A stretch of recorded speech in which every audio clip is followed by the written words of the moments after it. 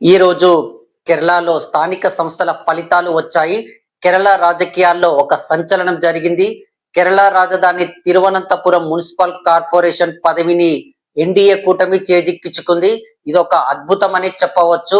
సరిగ్గా 2005వ సంవత్సరంలో 20 సంవత్సరాల క్రితం బీజేపీ పార్టీ తిరువనంతపురం కార్పొరేషన్ లో ఒక్క కార్పొరేటర్ సీటు గెలుచుకున్నప్పుడు చాలా సంబరాలు చేసుకున్నారు. మీడియాలో కూడా కథనాలు వచ్చాయి. ఎందుకనంటే కమ్యూనిస్ట్ కంచుకోటలో మేము పాగా వేశామని, భవిష్యత్తులో మరిన్ని సీట్లు గెలుస్తామని అప్పటి కేరళ బీజేపీ పార్టీ నాయకులు పేర్కొన్నారు. ఇక్కడ కేరళ కేరళ ముఖ చిత్రాన్ని గనక మనం పరిశీలిస్తే బీజేపీ పార్టీకి ఓటు బ్యాంకు లేదండి. ఇందులో కేరళలో ముఖ్యంగా హిందూస్ 55%, ముస్లిమ్స్ వచ్చేసి 26%, క్రిస్టియన్స్ వచ్చేసి 19% ఉన్నారు. అందులో ఎస్సీలు 9%గా ఉన్నారు. ఇక్కడ బీజేపీ పార్టీకి ఎట్లాంటి ఓటు బ్యాంక్ కూడా లేదు. అయినప్పటికీ ఒక స్థానాన్ని గెలుచుకుంది 20 సంవత్సరాల క్రితం. ఇప్పుడు ఏకంగా తిరువనంతపురం మున్సిపల్ కార్పొరేషన్ ని చేజిక్కించుకుంది ఎన్డీఏ కూటమి. ఈ విజయం సునాయాసంగా లభించలేదండి.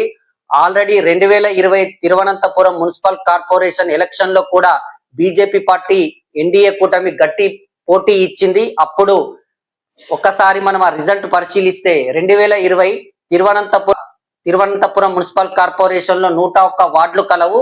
అందులో ఎల్డీఎఫ్ ముఖ్యమంత్రి పినరై విజయ్ కి సంబంధించిన ఎల్డీఎఫ్ పార్టీ 52 స్థానాలు గెలిస్తే ఎన్డీఏ కూటమి 33 స్థానాలు గెలుచుకుంది. అదే విధంగా యూడిఎఫ్ యునైటెడ్ డెమోక్రటిక్ పార్టీ అండి. ఇందులో కేరళకు సంబంధించిన కాంగ్రెస్ పార్టీ అదే విధంగా ముస్లిం లీగ్ సంబంధించిన పార్టీ కూడా ఉంది. ఇది మొత్తం మీద యూడిఎఫ్ కాంగ్రెస్ కూటమిగా పేర్కొంటారు. ఈ కూటమి 10 స్థానాలు గెలుచుకుంది. అదర్స్ వచ్చేసి 6 స్థానాలు గెలవడం జరిగింది. ఈ రోజు తిరువనంతపురం మున్సిపల్ కార్పొరేషన్ ఫలితాలు విడుదలయ్యాయి. ఇప్పుడు ఏకంగా ఒకప్పుడు ఒక్క సీటు గెలుచుకున్న ఎన్డీఏ కూటమి ఇప్పుడు ఏకంగా 50 స్థానాలు గెలుచుకుంది. ఎల్డీఎఫ్ ముఖ్యమంత్రి పినరై విజయ్ కి సంబంధించినటువంటి పార్టీ 29 స్థానాలు గెలుచుకుంటే కాంగ్రెస్ కూటమి 19 స్థానాలు గెలుచుకుంది. అదర్స్ 2 స్థానాల్లో గెలుపొందడం జరిగింది. ఒక్క స్థానానికి ఏమాత్రం ఎలక్షన్స్ రద్దు జరిగాయి. మొత్తం మీద కేరళలోని తిరువనంతపురం మున్సిపల్ కార్పొరేషన్ ని గెలుచుకోవడం అనేది బీజేపీకి ఒక పెద్ద బూస్ట్ లాంటిది.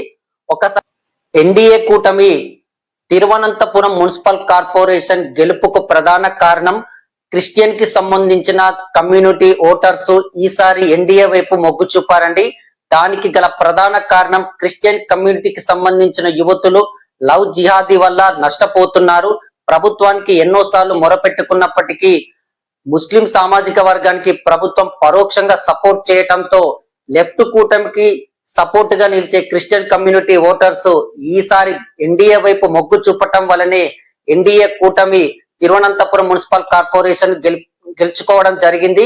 మొత్తం మీద ఈ ఎలక్షన్స్ అనేటి బీజేపీ పార్టీకి కొంత బూస్ట్ ఇచ్చినట్టుగా కనిపిస్తుంది. ఎందుకు